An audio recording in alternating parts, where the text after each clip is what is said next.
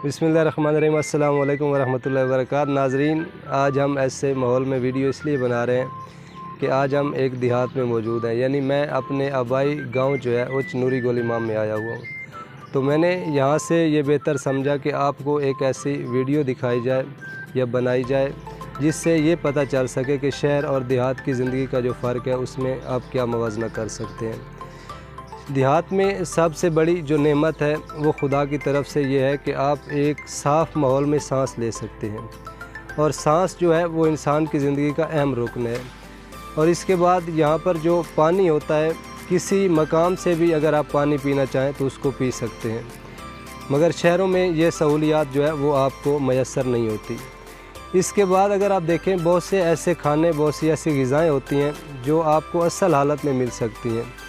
यानी शहर में हम जब कोई चीज़ खाने लगते हैं तो उसके खाने से पहले कई बार सोचते हैं कि कहीं ऐसा ना हो इसमें कोई चीज़ मिली हुई हो।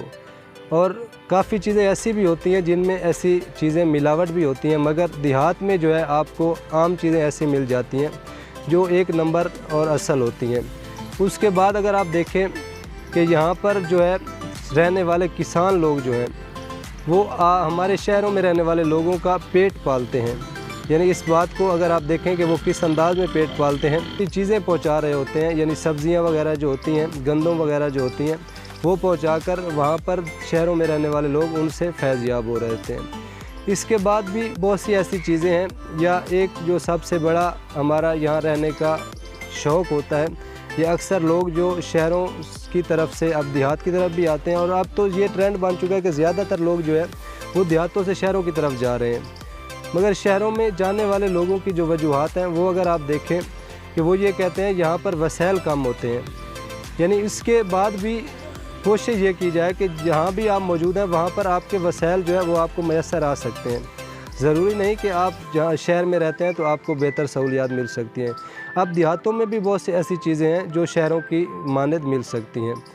इसी तरह ये कुछ ऐसी तालीमात भी हैं, या जैसे सबसे बड़ा जो इशू है हमारा तालीम का इशू है, यानी वो देहातों में शहरों की निस्बत कम होती है, या उस स्टैंडर्ड की नहीं होती, यानी उस लेवल की नहीं होती कि आप ये कह सकें कि हम जो है वो शहर की मुनासबत अच्छे तरीके से पढ़ रहे हैं।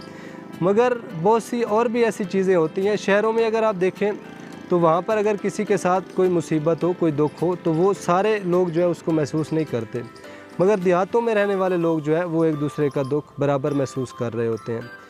इसमें अगर आप देखें तो हमारा पहले अरब का जैसे ज़माना आपके सामने है, तारीख़ आपके सामने है। अंबियाए कराम जो थे उन्होंने जो तालीमात का सिलसिला था उसको बुनियादी तौर पर जो है वो देहातों से शुरू किया था।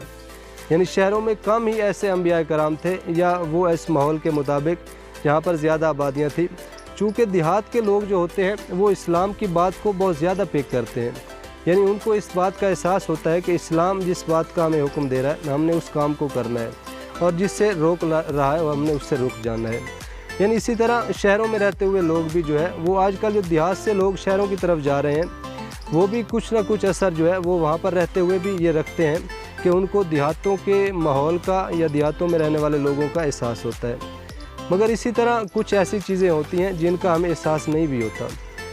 अगर ये चीज़ें हमारे अंदर से निकल जाएँ तो फिर ज़ाहिर बात है। और देहातों में रहने का जो सबसे बड़ा फ़ायदा है कि कुदरती वसाइल जो हैं या दरख्तों से हासिल होने वाली जो एनर्जी है वो आपको मिल जाती है। यानी एक बार हम अपने रेगिस्तान में ही सफ़र कर रहे थे तो वहाँ पर हमें ये पता चला कि शहरों में जो हवा आपको ख़रीद कर लेनी पड़ती है, ऑक्सीजन वगैरह, वो देहातों में साइंस के मुताबिक जो है आपको फ्री में और वाफिर मिकदार में मिल सकती है।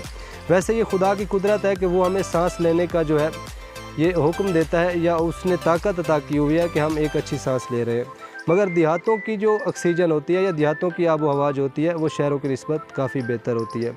तो हमें हर मकाम पर रहकर खुदा की ज़ात का शुक्र अदा करना चाहिए कि उसने हमें सांस लेने की ताकत अता की है।